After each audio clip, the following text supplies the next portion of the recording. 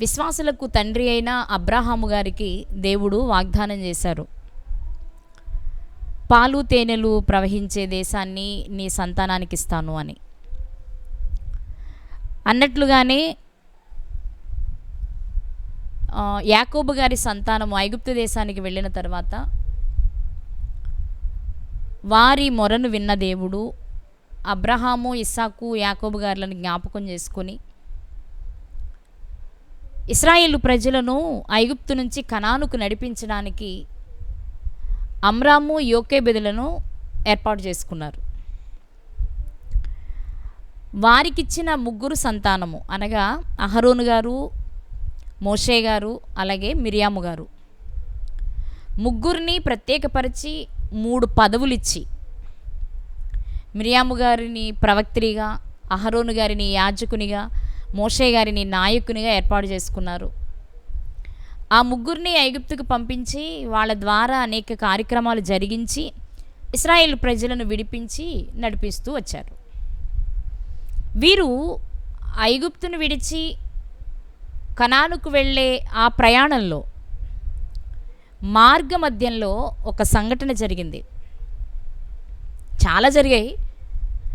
కొన్ని ఆశ్చర్యాన్ని కలిగిస్తే, కొన్ని భయాన్ని కలిగించాయి, కొన్ని ఆలోచింపచేశాయి. ఇలా ఎన్నో విషయాలు ఆ 40 సంవత్సరాలు వారి ప్రయాణంలో మనం చూస్తాం. అందులోని ఒక సంఘటన ఈరోజు మనం జ్ఞాపకం చేసుకోవాలి. అదేంటి అంటే సంఖ్యాకాండము 21వ అధ్యాయము, సంఖ్యాకాండము 21వ అధ్యాయంలో ఉన్న విషయం. చాలామందికి, ఇంచుమించు అందరికీ ఈ విషయం తెలిసి ఉండొచ్చు, తెలియని వారు ఉండరు అనేది నా అభిప్రాయము. అయినా ఒకసారి జ్ఞాపకం చేసుకుందాం, చూద్దాం. సంఖ్యాకాండము 21వ అధ్యాయము 4వ వచనం నుండి చదువుకుందాం. వారు ఎదోము దేశమును చుట్టిపోవలెనని హోరు కొండ నుండి ఎర్ర సముద్ర మార్గముగా సాగినప్పుడు మార్గాయాసము చేత జనుల ప్రాణము సొమ్మసిల్లెను. కాగా ప్రజలు దేవునికిని మోషేకును విరోధముగా మాట్లాడి, ఈ అరణ్యంలో చచ్చుటకు ఐగుప్తులో నుండి మీరు మమ్మల్ని ఎందుకు రప్పించితిరి? ఇక్కడ ఆహారము లేదు, నీళ్లు లేవు, చవిసారములు లేని ఈ అన్నము మాకు అసహ్యమైనది అనిరి. అందుకు యెహోవా ప్రజలలోనికి తాపకరమైన సర్పములను పంపెను. అవి ప్రజలను కరువగా ఇశ్రాయేలీలలో అనేకులు చనిపోయిరి. కాబట్టి ప్రజలు మోషే యొద్దకు వచ్చి, మేము యెహోవాకును నీకును విరోధముగా మాట్లాడి పాపము చేసితిమి. యెహోవా మా మధ్య నుండి ఈ సర్పములను తొలగించినట్లు ఆయనను వేడుకొనుము అనిరి. మోషే ప్రజల కొరకు ప్రార్థన చేయగా యెహోవా ఇలా అన్నారు, నీవు తాపకరమైన సర్పము వంటి ప్రతిమను చేయించి స్తంభము మీద పెట్టుము. అప్పుడు కరవబడిన ప్రతివాడును దాని వైపు చూచి బ్రతుకునని మోషేకు సెలవిచ్చెను. కాబట్టి మోషే ఇత్తడి సర్పం ఒకటి చేయించి స్తంభము మీద దానిని పెట్టెను. అప్పుడు సర్పపు కాటు తినిన ప్రతివాడు ఆ ఇత్తడి సర్పమును నిదానించి చూచినందున బ్రతికెను. ఈ సందర్భాన్ని ఈ రాత్రి మనం జ్ఞాపకం చేసుకుందాం. ఇశ్రాయేలు ప్రజలు ఐగుప్తు నుంచి కనానుకు వెళ్ళడానికి దగ్గర మార్గం ఉంది, కానీ ఆ మార్గం గుండా వారిని పంపాలి అని దేవుడు అనుకోలేదు. ఎందుకు అనుకోలేదో ఒక మాటను చూసి ముందుకు వెళ్ళిపోయే ప్రయత్నం చేద్దాం. నిర్గమాకాండము 13వ అధ్యాయము 17వ వచనం 18వ వచనాన్ని చదువుకుందాం. నిర్గమాకాండము 13వ అధ్యాయము 17వ వచనం. మరియు ఫరో ప్రజలను పోనీయగా దేవుడు, ఈ ప్రజలు యుద్ధము చూచున్నప్పుడు వారు పశ్చాత్తాపపడి ఐగుప్తుకు తిరుగుదురేమో అనుకుని ఫిలిస్తీన్ల దేశము సమీపమైనను ఆ మార్గమున వారిని నడిపింపలేదు. అయితే దేవుడు ప్రజలను చుట్టూదారియగు ఎర్ర సముద్రపు అరణ్య మార్గమున నడిపించెను. మనం చదువుకున్న ఈ వచనాలలో ఐగుప్తు నుంచి బయలుదేరిన ఇశ్రాయేలీలు ఫిలిస్తీన్ల దేశంలో గుండా ప్రయాణం చేస్తే చాలా త్వరగా కనాను చేరుకునేవారు. పెద్దలు చెప్పే విషయం ఏంటంటే 40 రోజులు వెళ్ళిపోవచ్చట ఐగుప్తు నుంచి కనానుకి, ఫిలిస్తీ మార్గం గుండా వెళ్తే. కానీ దేవుడు ఏమనుకున్నారు అంటే, అంత త్వరగా వెళ్ళిపోతే వెనకొస్తున్న ఐగుప్తులను చూసినప్పుడు వీరి మనస్సు ఒకవేళ చంచలమై వెనక్కి తిరిగి వెళ్ళిపోతారేమో, కాబట్టి వీరిని ఎక్కువ కాలం నడిపించాలి, ఎక్కువ కాలం ప్రయాణం చేయించాలి అనుకుని వేరే మార్గముగా చుట్టూ దారియగు ఎర్ర సముద్రపు అరణ్య మార్గమును నడిపించారు. ఇప్పుడు ఆ చుట్టూ తిరగడం వలన వారికి కొంచెం ఇబ్బందే కదా. ఎంతైనా అనుకున్న ఈజీగా ఉన్న దారి, త్వరగా వెళ్ళిపోయే దారి వదిలిపెట్టి వెళ్ళడం అంటే చాలా కష్టంతో కూడుకున్నదే. ఇప్పుడు ఆ మార్గం గుండా ప్రయాణం చేయవలసి వచ్చినప్పుడు ఇప్పుడు ప్రయాణంలో ఉన్నారు. ఇప్పుడు మనం మరలా సంఖ్యాకాండం 21వ అధ్యాయానికి రావాలి. వారు ఎదోము దేశమును చుట్టూ పోవలెనని హోరు కొండ నుండి ఎర్ర సముద్ర మార్గముగా సాగినప్పుడు మార్గాయాసము చేత జనుల ప్రాణము సొమ్మసిల్లెను. మనకి తెలుసు కదా, సుమారు 25 లక్షల మంది బయలుదేరారు. పిల్లలు, వృద్ధులు, స్త్రీలు, కాల్బలము. వీరితో పాటు పశువులు ఉన్నాయి, అన్యజనుల సమూహం ఉంది. మరి వాటన్నిటినీ అంటే పశువులను, పిల్లలను, వారి సామాగ్రిని అన్నిటినీ వేసుకొని ప్రయాణం అంటే చాలా నిదానంగా నడవాలి కదా. పైగా 25 లక్షల మంది అంటే అడుగులు అంటే ఒక్కొక్క అడుగు వేయడం. మనకి మీకు ఈజీగా అర్థం కావడానికి చెప్తాను. ఎప్పుడైనా మనము ట్రైన్స్ గేటు పడినప్పుడు చూస్తాం కదా, 5 నిమిషాలలో గేటు వేస్తే అది తీసే లోపు చాలామంది అటువైపు ఇటువైపు పోగైపోతారు. గేటు తీసిన తర్వాత ఆ గేటు అటువారు ఇటువారు దాటడానికి స్పీడ్గా వెళ్ళడానికి అవకాశం ఉండదు. బండిని జస్ట్ మూవ్ చేయడం, ఆఫ్ చేయడం, మూవ్ చేయడం, ఆన్ చేయడం, అలా జరుపుకుంటూ వెళ్తాం కదా. ఆ కొంచెం దాటడానికే అంటే ఎదురొచ్చేవి వెనుకున్న వారి హారన్స్ వలన చాలా స్లోగా ప్రయాణం సాగుద్ది కదా. మరి 25 లక్షల మంది ఒకే బాటలో ప్రయాణం చేస్తున్నప్పుడు వేగంగా నడవడానికి లేదు, పైగా వారు నడిచే వెళ్ళాలి. వెళ్ళేటప్పుడు భార్య భర్తను చూసుకొని, 2 పిల్లలను చూసుకొని, మనవాళ్ళను చూసుకొని, వాళ్ళ పశువులను చూసుకొని, అంటే చాలా చాలా చాలా నిదానంగా వారి ప్రయాణం సాగుంటుంది కదా. విసుగొస్తుంది నిజంగానే ప్రయాణం. కానీ అంత ప్రయాణంలో పోనీ వెళ్ళేదారేదో ఈజీగా వెళ్ళిపోయేదా అంటే చుట్టూ తిరిగి రావడం వలనట వారి ప్రాణాలు విసిగిపోయి ప్రాణము సొమ్మసిల్లెను అని పదం వాడబడుతుంది. మార్గాయాసము చేత వారి ప్రాణాలు సొమ్మసిల్లిపోయాయట. ఇక ఒక్క అడుగు కూడా వేసే ఓపిక వారికి లేని పరిస్థితి వచ్చేసింది. చాలా నీరసించిపోతున్నారు, చాలా ఇబ్బందిగా ఉన్నారు. అప్పుడు వెంటనే వారికి అనిపించింది ఏంటి అంటే, ఎందుకు వచ్చిన ప్రయాణాలు, ఈ మోషే ఉన్నాడే చక్కగా ఈజీగా తీసుకెళ్లకుండా ఏంటో చుట్టూ తిప్పుకు తీసుకొస్తున్నాడు. మేము చూస్తేనేమో హడావిడిగా వెళ్ళడానికి ఏమైనా ఉందా? సంకలో పిల్లలున్నారు, మరొక వైపేమో మూటలున్నాయి, బళ్ళున్నాయి, ఇవన్నీ చాలా ఇబ్బందిగా ఉంది కదా. వెంటనే వారికి కోపం రాగానే వారు మోషే గారికి దేవునికి విరోధంగా మాట్లాడుతున్నారు. ఇక్కడ దేవునికి మోషే గారికి ఇద్దరికీ విరోధంగా మాట్లాడుతున్నారు. దేవుని మీద ఎప్పుడైతే విరోధం వచ్చిందో ఆటోమేటిక్గా దేవుడు పంపిన మోషే గారిని లేక వారిని నడిపిస్తున్న మోషే గారి మీద కూడా వారికి కోపం వచ్చేసింది. ఆ కోపంతో విరోధంగా మాట్లాడేశారు. ఏంటి మోషే చేసే పని? బుర్రుందా ఈయనకి అసలు? ఇన్ని లక్షల మందిని నడిపించాలి కదా, త్వరగా వెళ్ళే మార్గాన్ని వదిలిపెట్టి ఎట్టెటో తిప్పుకుంటూ వస్తాడు. అయినా ఆయన అనుకోని లాభమే ముందులే, ఆయన కదా అసలు ఆయన ఉన్నాడు కదా, ఆయనకి ఏమీ తొయట్లా, ఆయనకే చక్కగా చేసేస్తున్నారని ఒక రకంగా విరోధంగా కోపం. అంతే కదా, అక్కడ వ్రాయబడిన మాట ఏంటి?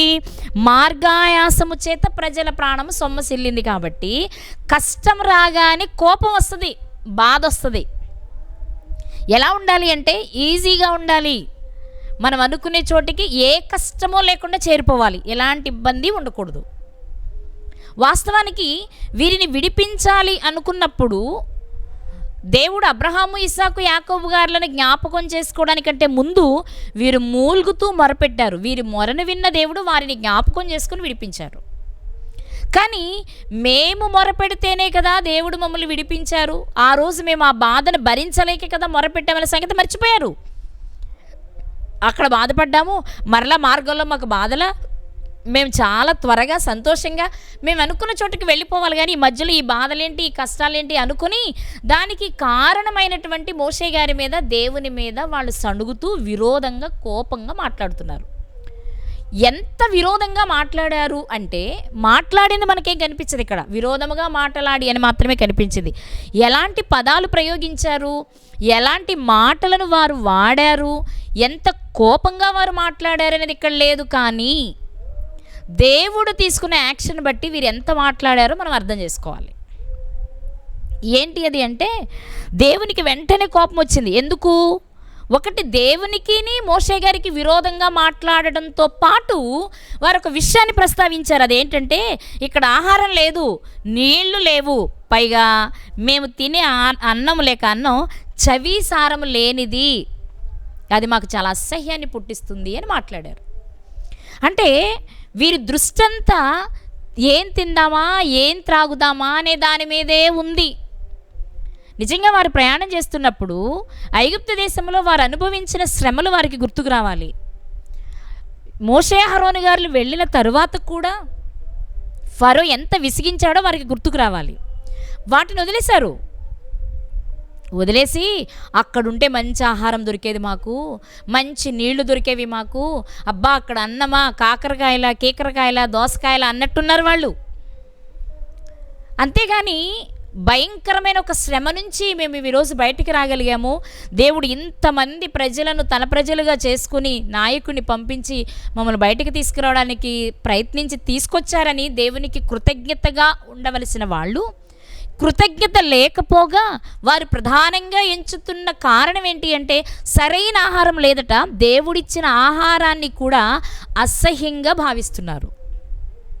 నిజంగా ఇశ్రాయేలు ప్రజలు తిన్నటువంటి ఆహారము ప్రపంచ ఇతర దేశాలలో ఎవరైనా తిన్నారా? ఎవరు తినలా. అది ఇశ్రాయేలు ప్రజలకు మాత్రమే ఇచ్చారు దేవుడు మన్నాని కదా. వారు దానికోసం ఏమైనా కష్టపడ్డారా? పైనుండి కురుస్తుంటే వెళ్ళి తెచ్చుకొని చక్కగా దాచిపెట్టుకుని తినడమే కదా వాళ్ళు చేయాల్సింది.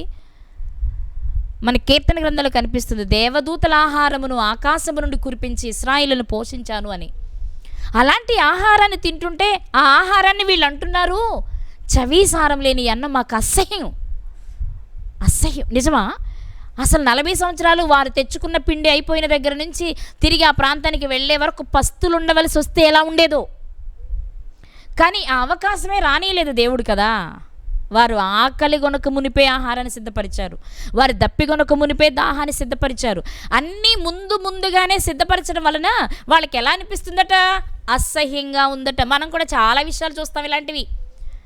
అడిగితే ఇచ్చేటప్పుడు దాని విలువ అర్థమవుతుంది అవతల వ్యక్తికి. అడగక మునిపే మనం అన్నీ సమకూరిస్తే అర్థం కాదు, తేలికగా చుల్లకనగా అనిపిస్తుంది. ఇది వాస్తవం. కాబట్టి వాళ్ళకి ఈ ఆహారం ఎవరు ఇతర జాతి మనుషులు ఎవరు తినని ఆహారం వీళ్ళకి ఎలా అయిపోయింది? అసహ్యంగా అయిపోయిందట.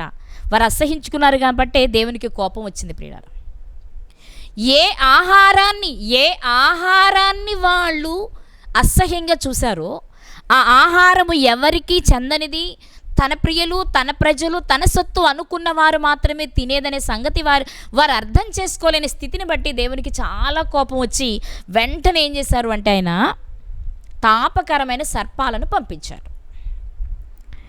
తాపకరమైన సర్పాలను పంపించగానే అవి ప్రజలలోనికి వచ్చి అనేక మందిని కరవడం చేత చనిపోవడం ప్రారంభించారు. ఇప్పుడు మళ్ళీ మొదలుకు వస్తారు. మనకు తెలుసుగా, శ్రమ రాగానే చేసే పని ఏంటి అంటే ఇశ్రాయేలీలు దేవునికి మొరపెడతారు. శ్రమ తీరిన తర్వాత దేవునికి విరోధంగా మాట్లాడతారు. అంతే. ఇక వాళ్ళ లైఫ్ అంతా మీరు చూడండి. నాకు అనిపిస్తుంది అప్పుడప్పుడు, పాత నిబంధన ఇన్ని పుస్తకాలు ఇచ్చారు ఎందుకు? రక్షణ క్రీస్తు వలనైనప్పుడు కొత్త నిబంధన చాలు కదా. సరే, పాత నిబంధన చరిత్ర తెలుసుకోవాల్సిన పాత నిబంధన అంతా ఎవరి కొరకు? ఇశ్రాయేలు ప్రజల కొరకే కదా. వారి యొద్దకు వెళ్ళిన ప్రవక్తలు ప్రవచించిన విషయాలు, వారి జీవితాలలో జరిగిన విషయాలకి 29 పుస్తకాలు పెట్టారు కదా దేవుడు. ఎందుకు ఇన్ని విషయాలు అంటే, వాళ్ళకి ఏమాత్రం తీసిపోం మనం ఈరోజు. అదే మనస్సు మనది. కష్టం వస్తే దేవుడా అంటాం. కష్టం తీరిపోతే ఆయన పర్వాలేదు, ఆయన ఓర్చుకుంటాడులే, నేను ఆయన దగ్గరికి వెళ్ళినప్పుడేలే ఆయన నన్ను చూసుకుంటాడు అనే దానిలోనే ఉంటాం మనం. కాబట్టి వీళ్ళు కూడా ఎలా అయిపోయారు అంటే, ముందేమో మమ్మల్ని ఇలా చేశారు, అలా చేశారు, అటు తిప్పుకొచ్చారు, ఇటు తిప్పుకొచ్చారు, చూడండి నడవలేకపోతున్నాం, ఆయాసం వచ్చింది, ప్రాణం సొమ్మసిల్లింది అని విసుగు చెంది తిట్టేసిన వాళ్ళు ఎప్పుడైతే సర్పపు కాటుకు గురవుతున్నారో మళ్ళీ దేవుడా నీవే మాకు దిక్కు అంటూ వచ్చారు. మీకు మాట చెప్తాను, ఈ సందర్భంలో ఇశ్రాయేలు ప్రజలు చేసిన పని ఎలా అనిపిస్తుంది, ఎందుకు అసలు వీళ్ళకి ఎలాంటి మనసు అంటే, చాలా వరకు ఐగుప్తీల మనస్సే వారిలో కనబడుతూ ఉంటుంది కొన్ని విషయాల్లో. ఉదాహరణకి మీకు ఒక విషయాన్ని చూపిస్తాను. నిర్గమాకాండము 10వ అధ్యాయము, నిర్గమాకాండము 10వ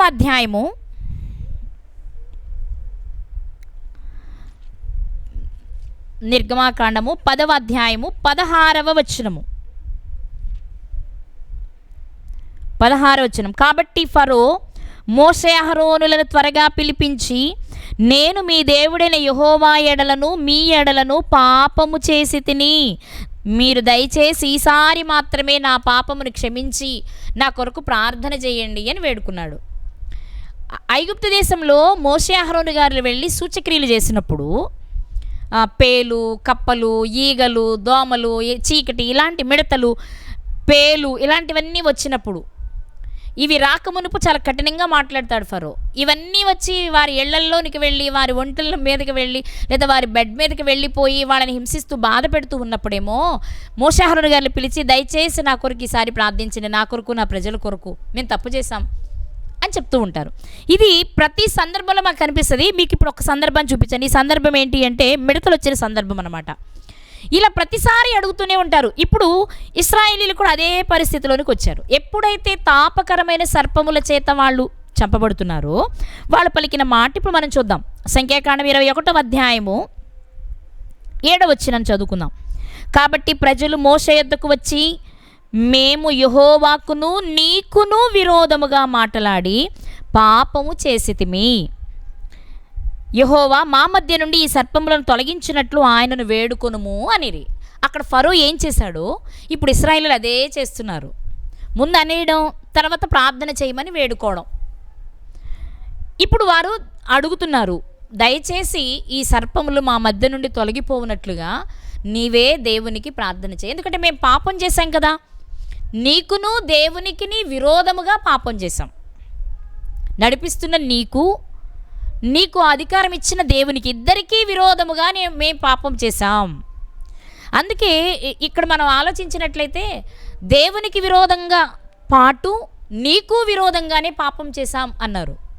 ఇదే మాట దావీదు గారు కూడా చెప్తారు, నీకు విరోధముగాను నేను పాపం చేశానని. ఇదే మాట తప్పిపోయి తిరిగి వచ్చిన కుమారుడు చెప్తాడు, పరలోకమునకు విరోధముగా నీ ఎదుట నేను పాపము చేశాను. అంటే తల్లిదండ్రుల విషయంలో కానీ, గురువుల విషయంలో కానీ, నాయకుల విషయంలో కానీ, దైవజనుల విషయంలో కానీ మనం ఒక తప్పు చేశాము అంటే వాళ్ళతో పాటు వారిని ఏర్పాటు చేసిన దేవుణ్ణి కూడా మనం నిందిస్తున్నామేమో ఒకసారి చూసుకోవాలి.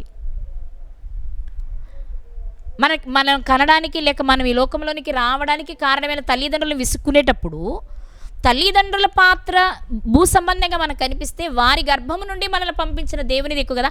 వీళ్ళని తిట్టే ముందు అది దేవునికి కూడా వర్తిస్తుంది అనే భయం ఈరోజు ఈ పాట విన్న తర్వాత మనకు కలగాలి. కాబట్టి ఒక వ్యక్తి భౌతిక సంబంధమైన ఏ వ్యక్తితో కూడా మనం ఇబ్బందికరంగా మాట్లాడినా లేదా ఏదైనా పొరపాటు గొడవ జరిగినా దాని ద్వారా మనం దేవునికి కూడా అవమానాన్ని కలిగిస్తున్నామేమో అనేది ఆలోచించుకోవాల్సిన విషయం అన్నమాట. ఇప్పుడు వీరు వచ్చారు, ఇక ఏమని అడుగుతున్నారు, నీకును దేవునికి విరోధంగా పాపం చేశాము, మరి మేము పాపములో ఉన్నాం కాబట్టి మా పాపం ఆయన క్షమిస్తారో లేదో దయచేసి మా తరపున నువ్వు వేడుకోవా అని అడిగారు. అందుకేనండి మోషే గారిని మిక్కిలి సాత్వికులు అన్నారు. మిరియాము గారు, అహరోను గారు మోషే గారికి విరోధంగా మాట్లాడినప్పుడు కూడా మా కొరకు వేడుకోమని అహరోను గారు చెప్పగానే ప్రార్థన చేసిన మంచి మనసు మోషే గారిది. ఇప్పుడు ఇశ్రాయేలీయులు తప్పు చేస్తే వీరి తరపున కూడా ప్రార్థన చేశారు. అలాగే ఆ రోజు బంగారు దూడను చేయించుకున్నప్పుడు కూడా అలాగే చేయాల్సి వచ్చింది. ఆయనకు విరోధంగా మాట్లాడినా లేక దేవునికి విరోధంగా మాట్లాడినా క్షమాపణ కోరగానే క్షమించే మనసు కలిగిన వ్యక్తి, వెంటనే వారి కొరకు ప్రార్థించే వ్యక్తి కాబట్టే మిక్కిలి సాత్వికులు కాగలిగారు ఆయన. సమూయేలు గారు కూడా అదే అంటారు, మీ తరపున నేను తప్పకుండా ప్రార్థన చేస్తా, ఒకవేళ ప్రార్థన చేయకపోతే అది నాకు పాపం అవుతుంది అన్నారు. ఇక్కడ కూడా మనకు అదే కనిపిస్తుంది మోషే గారి విషయంలో. కాబట్టి ఆయన వెంటనే ప్రార్థన చేస్తే దేవుడు ఇప్పుడు ఇక్కడ ఒక విషయాన్ని చెప్పారు. అంటే మీకు తెలుసు కాబట్టి నేను మామూలుగా చెప్పేస్తా. దేవుడేమన్నారు అంటే, నీవు ఒక ఇత్తడి సర్పాన్ని చేయించి ఎత్తైన ఒక స్తంభం మీద పెట్టించు. ఎవరైతే సర్పపు కాటుకు గురవుతారో ఆ వ్యక్తి ఆ స్తంభం పైన ఉన్నటువంటి ఇత్తడి సర్పాన్ని నిదానించి చూడడం వలన ఆ వ్యక్తి బ్రతుకుతాడు అని చెప్పారు. ఇప్పుడు మనం ఇక్కడ కొన్ని విషయాలు ఆలోచించాలి.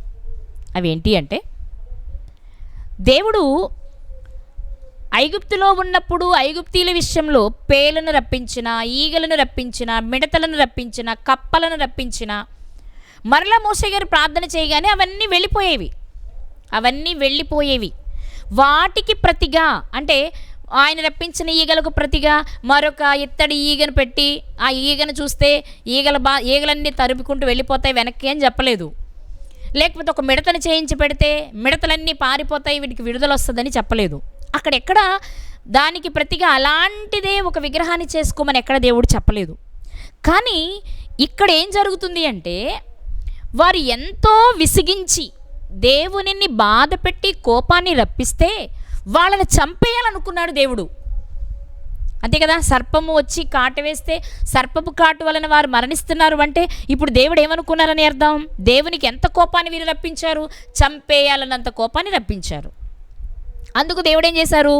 సర్పాలను పంపించారు. రైట్. మరి ఇప్పుడు మోషే గారు ప్రార్థన చేయగానే ఆ సర్పాలన్నీ ఎక్కడి నుంచి వచ్చాయి అక్కడికి తిరిగి వెళ్ళిపోతే సరిపోతుంది కదా.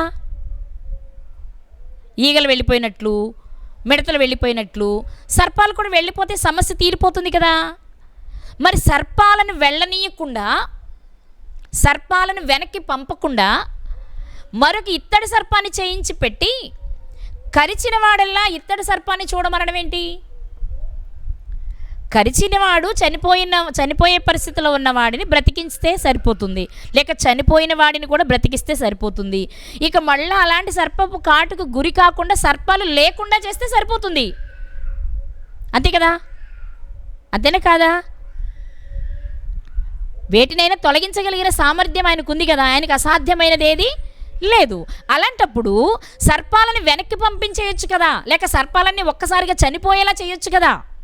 అలా చేయకుండా సర్పాలను అలాగే ఉంచి అని ఎందుకంటున్నాను అంటే, నేను ఇత్తడి సర్పం చేయించిన తర్వాత దేవుడు చెప్పిన మాట ఏంటో తెలుసా? ఎవరైతే సర్పపు కాటు తింటారో వాళ్ళు ఇత్తడి సర్పాన్ని చూడమంటున్నారు అంటే సర్పాలు ఇంకా అక్కడే ఉన్నాయి. అంటే వాటిని తీయకుండా ఇత్తడి సర్పాన్ని చేయించి దానిని చూడమని చెప్పడం వెనుక దేవుని ఉద్దేశం ఏంటి? ఈ రాత్రి మనం ఆలోచించాలి. ఇక్కడ మనం ఆలోచించవలసిన ప్రాముఖ్యమైన మరొక విషయం ఏంటి అంటే, దేవుడు ఇశ్రాయేలు ప్రజలకు ఆజ్ఞ ఇచ్చినప్పుడు ఇచ్చిన ఆజ్ఞలలో మొదటి ఆజ్ఞ ఒకసారి మనం చూద్దాం. నిర్గమాకాండము 20వ అధ్యాయము 4వ వచనము.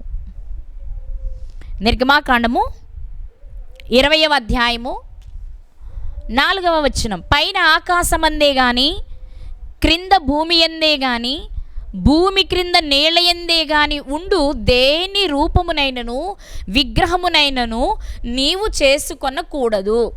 ఓ ఇశ్రాయేలు, నీకే చెప్తున్నా విను. ఏంటది? పైన ఆకాశమందే కానీ అంటే ఆకాశములో ఉండే రూపమే కానీ, అంటే సూర్య రూపం కావచ్చు, చంద్రుని రూపం కావచ్చు, లేకపోతే నక్షత్ర రూపం కావచ్చు, ఏ రూపాన్ని చేసుకొని నువ్వు చేసుకోకూడదు. ఫస్ట్ అసలు 2 భూమి యందు ఉన్న వాటిని కానీ, భూమి మీద నువ్వు చూసేది ఏదైనా చెట్టు కానీ, చేమ కానీ, కొండ కానీ, రాయి కానీ, రప్ప కానీ ఏ రూపాన్ని నువ్వు చేసుకోకూడదు. 3 నీటి యందు ఉండే నీళ్ల యందే కానీ, భూమి క్రింద నీళ్ల యందు ఉండు దేని రూపం అంటే చాప కానీ, పీత కానీ, తాంబేలు కానీ ఇలాంటి రూపాలు కూడా నువ్వు చేసుకోకూడదు. పాము కానీ కదా, పాము నీళ్ళలోనుంటుంది, నేలపైన కూడా తిరుగుతుంది కదా. మరి ఏ రూపాన్ని చేసుకోవద్దు అని చెప్పిన దేవుడే ఇప్పుడు సర్పమును చేసుకొని ఎత్తైన స్తంభం మీద పెట్టమంటున్నారేంటి?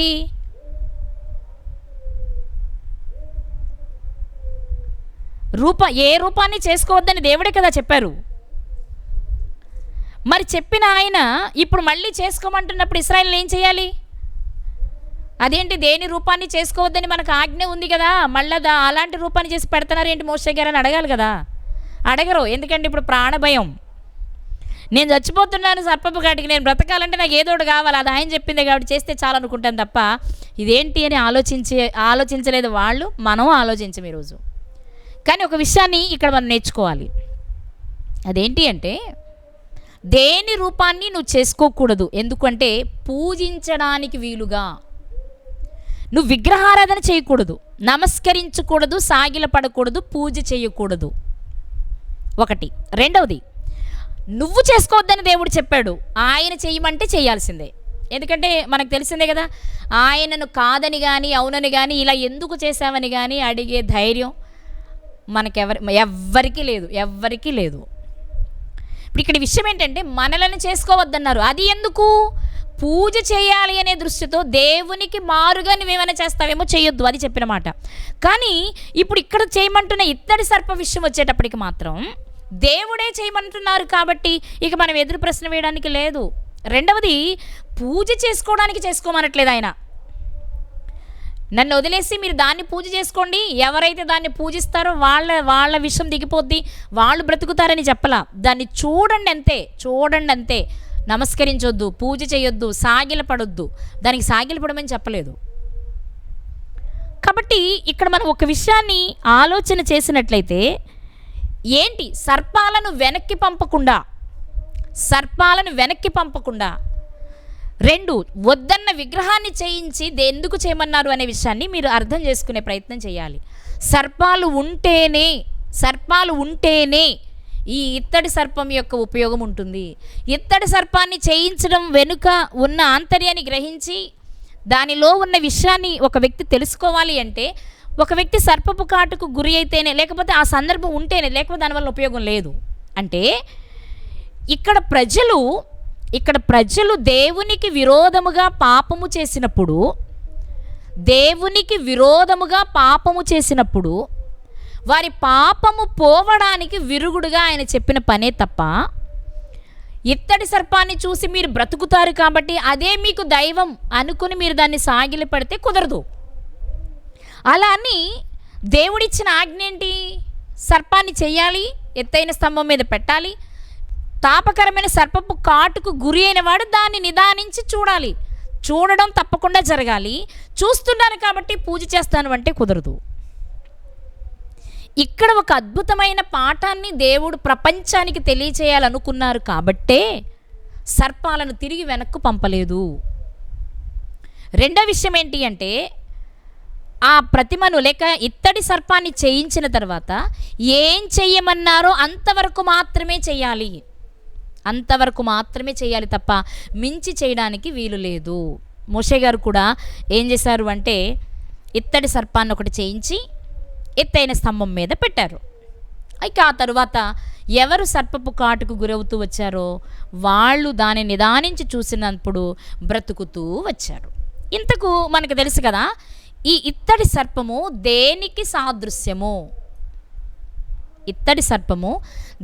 సాదృశ్యము అంటే మనం ఒక మాటను చూసుకోవచ్చు. యోహాను సువార్త 3వ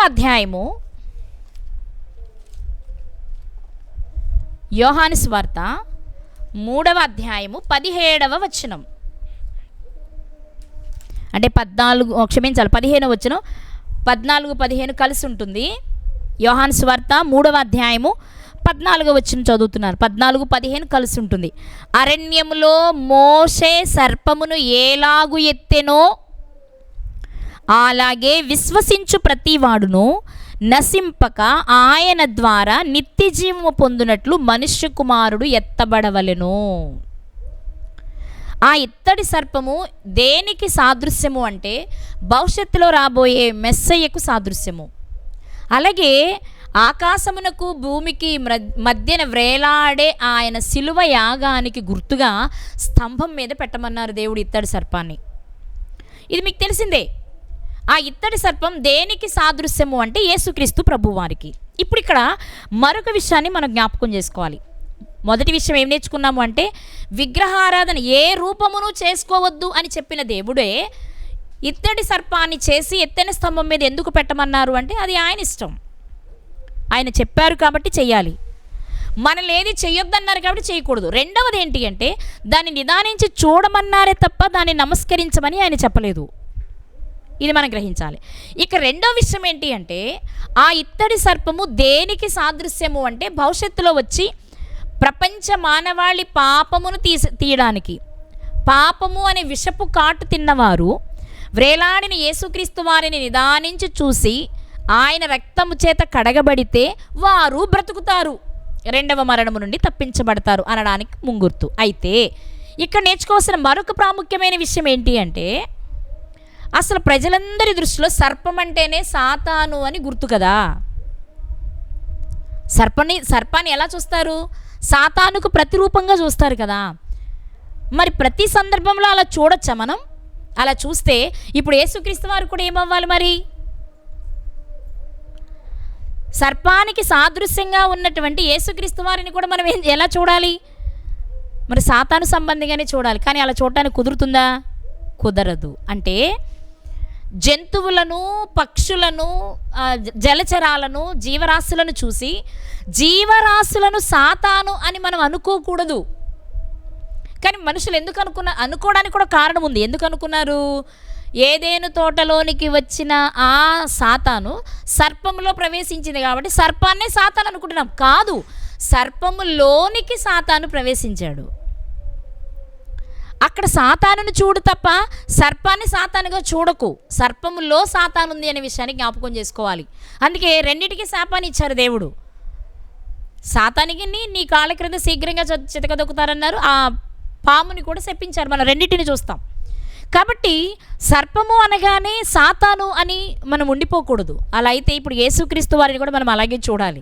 కానీ సాతాను తలను చితకద్రొక్కడానికి వచ్చిన వారు ఆయన. కాబట్టి జంతువులను బట్టి జంతువులకు మనం సాతాను అని ఇవ్వడానికి అవకాశమే లేదు. అలాగే పందిని చూసి కొందరు, ఎందుకంటే సేనాని దెయ్యం పట్టిన వాడిని వదిలించినప్పుడు ఆ దెయ్యము పందుల్లోనికి వెళ్ళాయి కదా, అందుకని పందును చూసి సాతాను అంటారు. అవి జంతువులు, అంతే, జంతువులు లేక పక్షులు మనం అలాగే చూడాలి. కానీ మన మనసులో పావురం కనిపించగానే అమ్ము పరిశుద్ధాత్మ అనేసి పావురానికి గౌరవం ఇచ్చేసి పామును చూడగానే అయ్య బాబోయ్ ఇది శత్రువు సాతాను అని అది కాదు మనం ఇక్కడ నేర్చుకోవాల్సింది. సాతాను వేరు, దేవుని పిల్లలు వేరు. వీటిని వాడుకుంటాడు అపవాది, వీటిని వాడుకుంటాడు. కాబట్టి జాగ్రత్తగా వస్తువులేంటి, లేకపోతే జంతువులేంటి, పక్షులేంటి అనేవి చాలా జాగ్రత్తగా చూసి దేన్ని ఎలాగా మాట్లాడాలి అనేది మనం ముందు నేర్చుకోవాల్సిన విషయం అనమాట. కాబట్టి ఇత్తడి సర్పాన్ని చేయించమన్నంత మాత్రాన ఇత్తడి సర్పం యేసుక్రీస్తు వారికి సాదృశ్యం కాబట్టి యేసుక్రీస్తు వారి సాతానని కాదు. అయితే ఇక్కడ ఒక విషయం మనం ఆలోచించాలి. దేవుడు కూడా చాలా పెద్ద జంతువులు ఉన్నాయి కదా, పెద్ద పెద్ద జంతువులు ఉన్నాయి, ప్రత్యేకమైనవి ఉన్నాయి, పవిత్రమైనవి ఉన్నాయి కదా. వాటిలో ఏదో ఒక రూపాన్ని కదా చేసుకొని పెట్టుకోమనొచ్చు. సర్పపు రూపాన్ని ఎందుకు చేసుకోమన్నారు అంటే ఇక్కడ లోక సంబంధమైన ఒక మాట మీకు చెప్తాను. ముళ్ళును ముళ్ళుతోనే తీయాలి, వజ్రాన్ని వజ్రంతోనే కొయ్యాలి. అలాగే సర్పపు కాటుకు గురైన వారి సర్పాన్ని తీయడానికి, లేదా మొదటి ఆదాము గారి వలన లోకంలోనికి వచ్చిన పాపాన్ని తీయడానికి కడపటి ఆదాముగా క్రీస్తు రావాలి. సర్పపు కాటు తిన్న వారి విషము నుండి బయటికి రావడానికి కూడా మరొక సర్పము కావాలి. అంత మాత్రాన సర్పం సాతాను కాదు. ఇది మీరు గుర్తుపెట్టుకోవాలి. ఇక విషయం ఏంటి అంటే బాగుంది, ఏం బాగుంది? ఏ సర్పపు కాటుకు గురయ్యారో దాని వలన బయటపడాలి అనుకున్న వారందరికీ ఇత్తడి సర్పాన్ని చేయించమని దేవుడు చెప్పారు.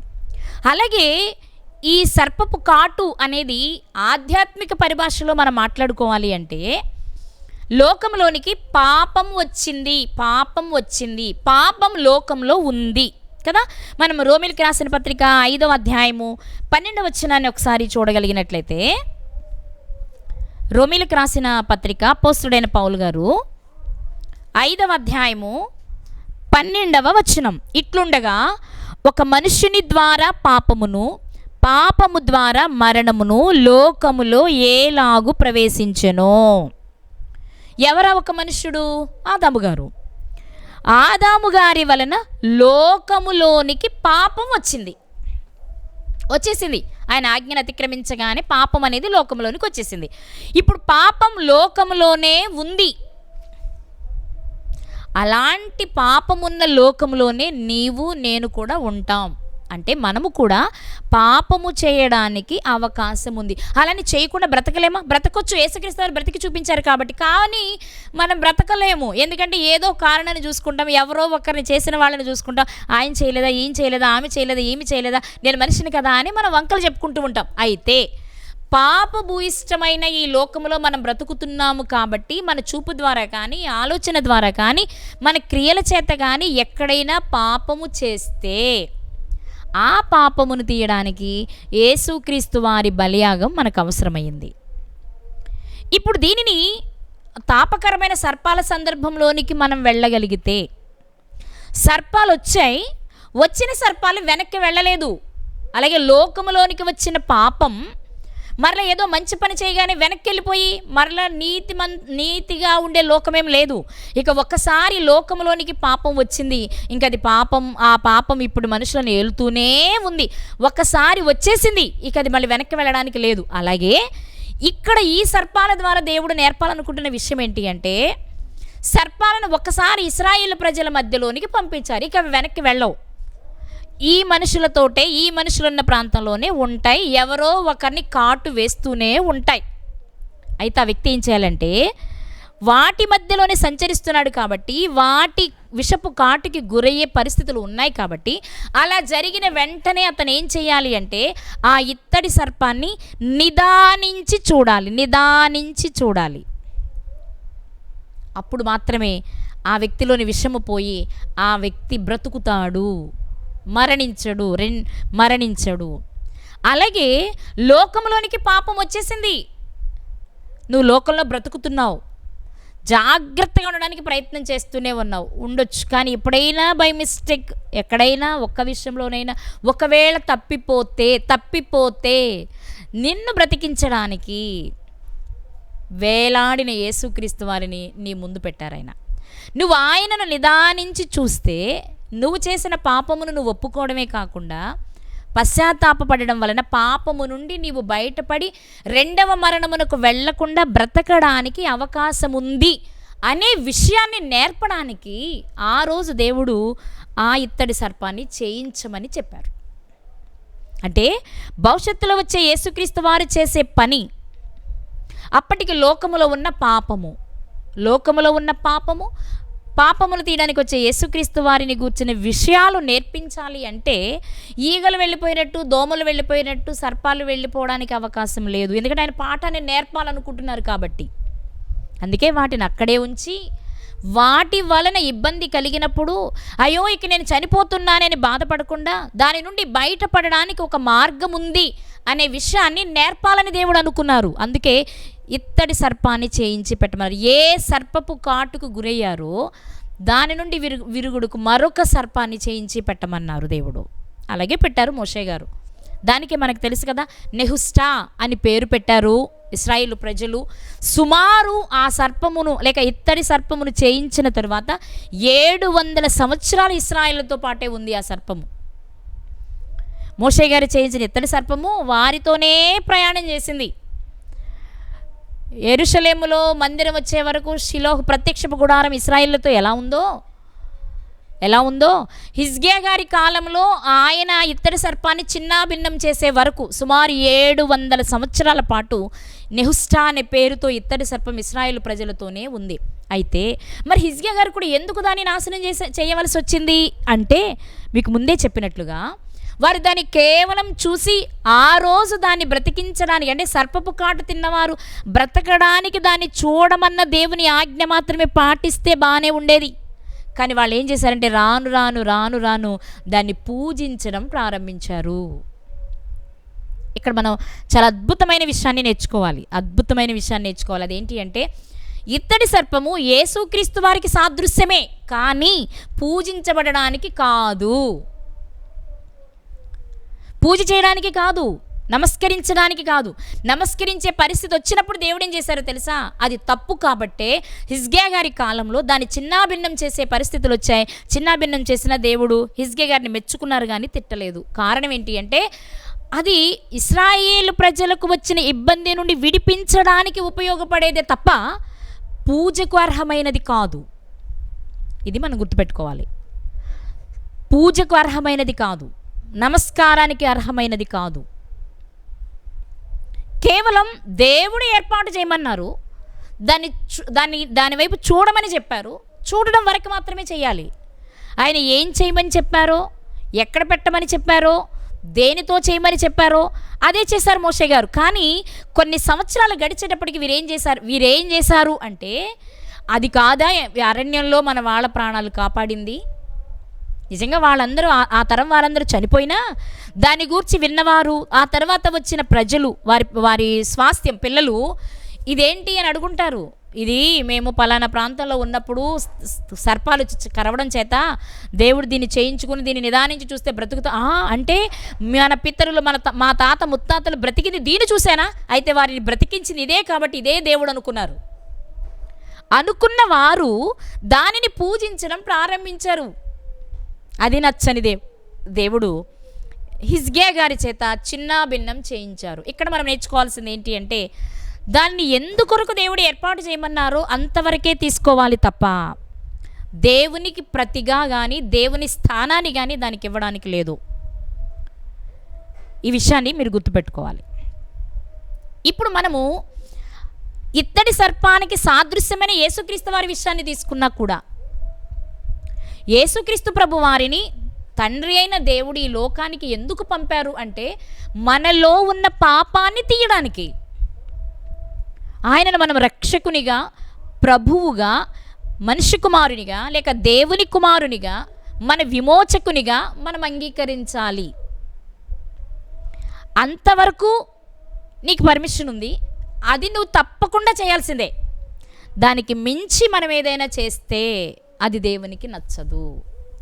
ఈ విషయాన్ని నేర్పడానికి కూడా ఆనాడు ఆ ఇత్తడి సర్పాన్ని చేయించమన్నారు దేవుడు.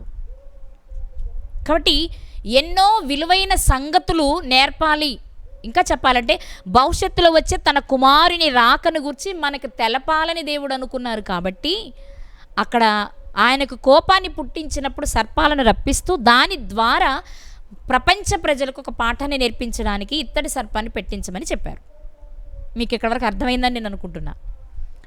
ఇక ప్రాముఖ్యమైన విషయం ఏంటి అంటే, ఆ ఇత్తడి సర్పాన్ని చేయించేటప్పుడు ఇత్తడి బదులు ఇంకేదైనా గొప్ప లోహాలు చాలా ఉన్నాయి కదా. మనందరికీ బాగా తెలిసిన లోహాలు అంటే బంగారము, వెండి కదా. అంతేనండి. విలువైన లోహాలు ఏవి అంటే సామాన్యులకు కూడా అందుబాటులో ఉండి కాస్త తులమో పలమో కూడా కొనుక్కోగలిగినటువంటిది ఏదైనా ఉంది అంటే వెండి, బంగారాలు కదా. మరి దేవుడు ఇత్తడి సర్పాన్ని చేయించి పెట్టమనడం కంటే బంగారు సర్పాన్ని చేయించి పెట్టమనొచ్చు కదా, అనొచ్చు కదా. ఎందుకంటే వాళ్ళ దగ్గర బాగానే బంగారం ఉంది, బంగారంతో చేయించుకోవచ్చు. బంగారంతో చేయిస్తే ఇంకా బ్రహ్మాండంగా ఉండేది. ఎందుకంటే అది ఆ రోజు ప్రజలకి ఇత్తడి సర్పమే, కానీ అది యేసుక్రీస్తు వారికి సాదృశ్యం కదా. అలాంటప్పుడు బంగారంతో చేయించడం తప్పేముంది? మరి దేవుడు ఎందుకు బంగారంతో చేయించమనలేదు? పోనీ బంగారం అంటే అంత లేదండి, అది కష్టము కాబట్టి అది చెప్పలేదు అనుకుంటే పోనీ వెండి చెప్పొచ్చు కదా. వెండి ఇప్పుడు రేట్ ఎక్కువైందిలే, కానీ అప్పుడు బంగారం కంటే వెండి తక్కువే కదా. మరి వెండితోనైనా చేయించమనొచ్చు కదా. వెండి అంటే ఇంకా తెల్లగా ఉంటుంది, తళతళలాడద్ది కదా. మరి వెండి కూడా కాకుండా ఇత్తడిని ఎందుకు వాడమన్నారు? ఇశ్రాయేలు ప్రజలకు కరిసిన సర్పపు విషాన్ని తీయడానికి దేవుడు మోషే గారిని చేయమన్న ఆ ప్రతిమ ఏది అంటే ఇత్తడి సర్పము. మనం చదువుకున్నాం కదా. ఇత్తడిని ఎందుకు వాడమన్నారు అంటే ఇక్కడ నేను మీతో కొన్ని విషయాలు చెప్తాను. ఇత్తడిని వాడమనడం వెనుక ఇదే ఉండొచ్చు. ఏంటది అంటే, బంగారము ఒకటే లోహం, బంగారము ఒకటే లోహం, అలాగే వెండి ఒకటే లోహం. కానీ ఇత్తడి రావాలి అంటే ఒక లోహం సరిపోదు. ఇత్తడితో వస్తువు తయారు చేయడం కాదు నేను మాట్లాడుతుంది. బంగారంతో వస్తువు తయారు చేయాలంటే రాగి కలవాలి, కానీ అది కాదు. వస్తువు తయారు చేయడం కాదు. అసలు బంగారం అంటే ఒకే లోహం, ఒకే ఖనిజం నుండి వస్తుంది. వెండి ఒకే ఖనిజం నుండి వస్తుంది. కానీ ఇత్తడి అలా రాదు. ఇత్తడి కావాలి అంటే ఇత్తడిని ఎలా తయారు చేస్తారు అంటే కాపరు, జింక్ అనే 2 లోహాలను కలిపితే వచ్చేది ఇత్తడి. అర్థమైందండి? కాపరు, జింక్ 2 కలిస్తే వచ్చేది వచ్చేది ఇత్తడి. ఇక్కడ దేవుడు ఒక అద్భుతమైన పాఠాన్ని లేక ఒక అద్భుతమైన విషయాన్ని మనకి నేర్పడం కోసం ఆ రోజు ఇత్తడి సర్పాన్ని చేయమన్నారు. బంగారు సర్పాన్ని చేయమని చెప్పొచ్చు, చేయగలరు. వెండి సర్పాన్ని చేయమని చెప్పొచ్చు, చేయగలరు. కానీ అలా చేస్తే అప్పుడు దేవుని ఉద్దేశం లేక దేవుని యొక్క ఆలోచన, సంకల్పం మనకు అర్థం కాదు, నెరవేరదు కూడా. ఏంటి అంటే ఇత్తడికి ఉన్నటువంటి మొదటి లక్షణం ఏంటంటే అది ఒకే లోహం కాదు, 2 లోహాలు మిశ్రమం, 2 లోహాలు కలిస్తేనే ఇత్తడి వస్తుంది. మొదటి విషయం. రెండవది ఏంటి అంటే ఇత్తడికి తుప్పు పట్టదంట. తుప్పు పట్టని గుణము ఇత్తడికి ఉందట. ఈ 2 లక్షణాలను బట్టి దేవుడు ఇత్తడి సర్పాన్ని చేయించమన్నారు. అదేంటండి అంటారేమో, ఇప్పుడు మీకు చెప్తాను. మీ అందరికీ తెలిసిన ఒక వచనాన్ని చదువుకుందాం. తిమోతి గారికి రాసినటువంటి మొదటి పత్రిక 5వ అధ్యాయము. తిమోతి గారికి రాసిన మొదటి పత్రిక 2వ అధ్యాయం 5వ వచనం. తిమోతి గారికి రాసినటువంటి మొదటి పత్రిక 2వ అధ్యాయము 5వ వచనం. దేవుడు ఒక్కడే, దేవునికిని నరులకును మధ్యవర్తి ఒక్కడే, ఆయనే క్రీస్తు యేసను నరుడు. మీకు అర్థమైపోయి ఉంటుంది విషయం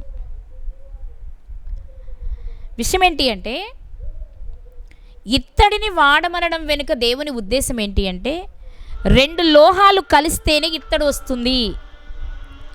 ఇరువురిని కలపాలి. అందుకు మెస్సయ్య ఈ లోకానికి వచ్చారు. ఇరువురిని కలపాలి. దేవునిని నరులను. దేవునితో మనుషులకున్న బంధం తెగిపోయింది. ఇప్పుడు ఈ బంధాన్ని కలపాలి అంటే యేసుక్రీస్తు రావాలి మధ్యవర్తిగా. తన సహోదరుల చేతిని తన తండ్రి చేతిలో పెట్టడానికి యేసుక్రీస్తు వారు సిలువలో వ్రేలాడారు. అర్థమైందండి మీకు? సిలువలో వ్రేలాడారు. ఇప్పుడు 2 లోహాలు కలిస్తే ఇత్తడి ఎలా వస్తుందో ఇరువురిని కలిపేది యేసుక్రీస్తు వారు కాబట్టి ఆయన ఇత్తడితో చేయమని చెప్పారు. ఇక రెండవది ఏంటి అంటే ఇత్తడికి తుప్పు పట్టదట. ఇనుముకు తుప్పు పడుతుంది కదా. అంటే బంగారం ఎందుకు కాదంటే ముందే చెప్పా, బంగారం అయితే ఒకే లోహం, కానీ 2 కలిసి ఒక లోహంగా రావాలి అంటే బంగారం ఉపయోగపడదు, వెండి ఉపయోగపడదు. మరి ఇత్తడంటే ఇత్తడి తుప్పు పట్టే గుణం, అది పనికిరాదు. తుప్పు పట్టనిదై ఉండాలి. ఎందుకు అంటే యేసుక్రీస్తు వారు ఈ లోకానికి వచ్చిన అప్పటి నుండి ఆయన రాకమునుపు పాపము చేసిన వారికి, అంటే ధర్మశాస్త్రం వచ్చిన తర్వాత పాపము చేసిన వారందరూ క్రీస్తు వస్తారని విశ్వసిస్తేనే రక్షణ వచ్చింది.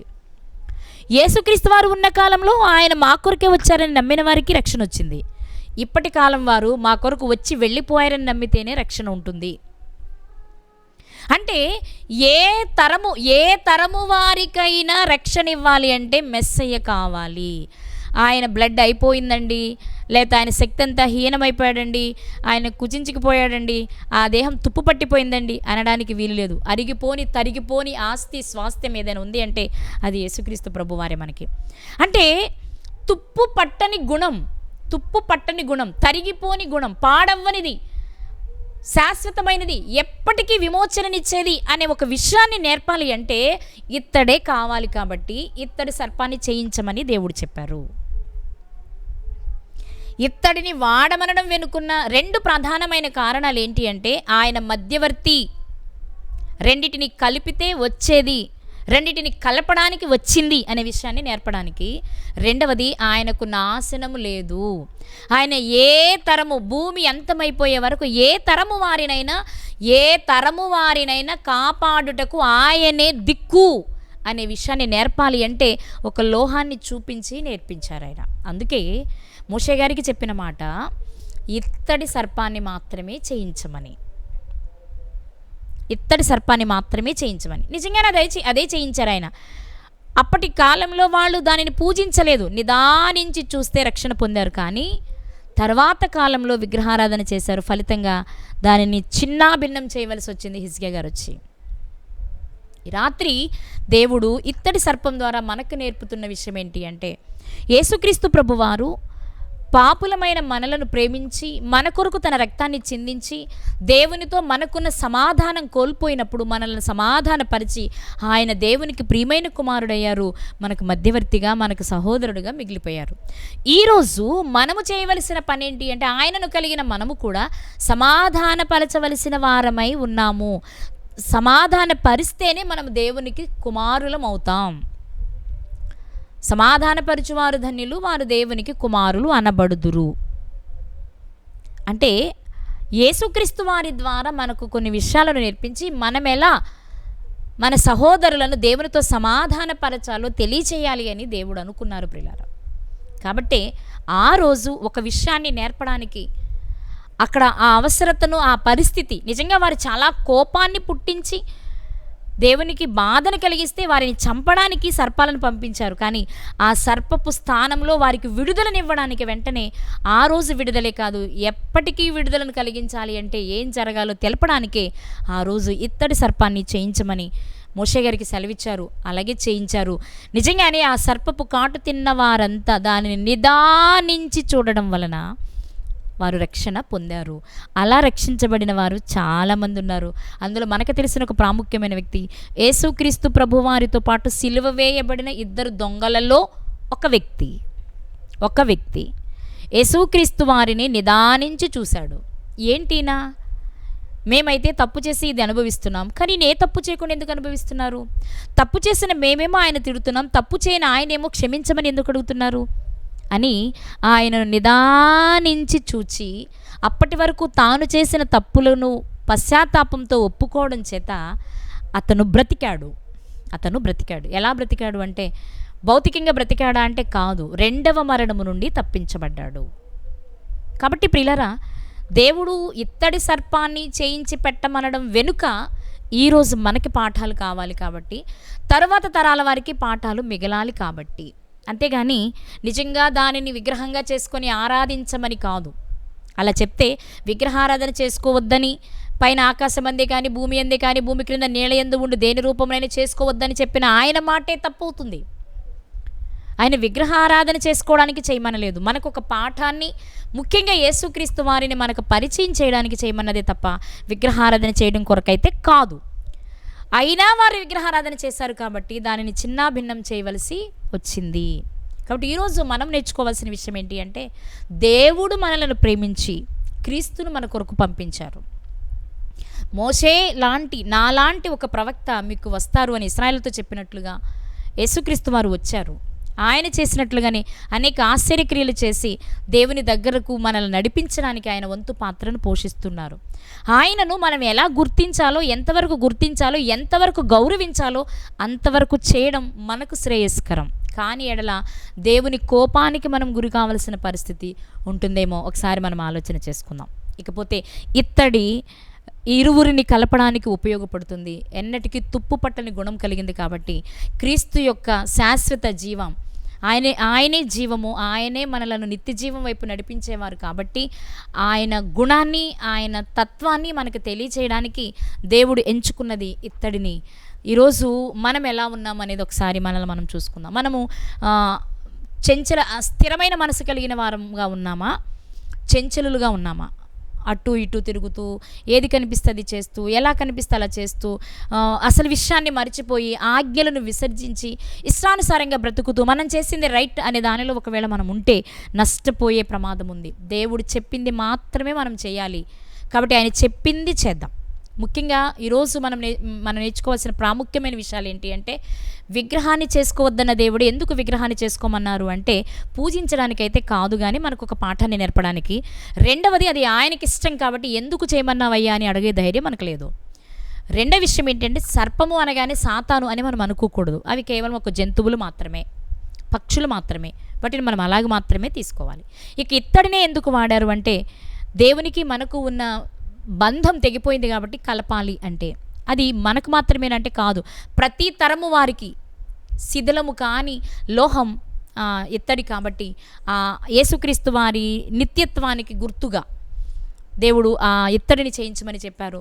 రేపు మనము కూడా జాగ్రత్తగా బ్రతికినట్లయితే దేవునితో ఆ నిత్యలోకంలో ఆనందించే అవకాశం ఉంటుందనే విషయాన్ని నేర్పడానికి. కాబట్టి ఆ రోజు సర్పాలను వెనుకకు పంపకుండా ఉంచి ఇత్తడి సర్పాన్ని చేయించి ఎత్తైన స్థలంలో పెట్టమనడం వెనుక ఆంతర్యం ఏంటంటే, యేసుక్రీస్తు వారు శిలువయాగం అయితేనే ఆయన రక్తం మనకు ఉపయోగపడుతుంది. కాబట్టి వీటన్నిటికీ ముంగుర్తుగా దేవుడు ఏర్పాటు చేసిన విషయమే అది. కాబట్టి ఆ రోజే ఆ విషయాన్ని మన కొరకు వ్రాయించారు. దాన్ని చదువుతున్నప్పుడు, ధ్యానిస్తున్నప్పుడు యేసుక్రీస్తు వారి గొప్పతనాన్ని, యేసుక్రీస్తు వారిని పంపిన దేవుని తండ్రి గొప్పతనాన్ని, ఇరువురి గొప్పతనాలను మనము అర్థం చేసుకుంటూ ధ్యానిస్తూ అందుకు అనుకూలంగా బ్రతికినట్లయితే మనము రెండవ మరణాన్ని తప్పించుకుంటాం. రెండవ మరణాన్ని తప్పించుకోవడానికి దేవుడు మన కొరకు సిద్ధపరిచిన విషయమే ఇది. దీన్ని జాగ్రత్తగా పరిశీలించి నిదానముగా చూస్తూ అర్థం చేసుకుంటూ జాగ్రత్తగా బ్రతికితే నిత్య జీవానికి పొందేవారిలో, నిత్య జీవాన్ని పొందుకోవడానికి ప్రయత్నించే వారిలో మనమంతా ఉండాలని ఆశిస్తూ ఈ నా మాటలు ముగిస్తున్నాను. అందరికీ వందనాలు.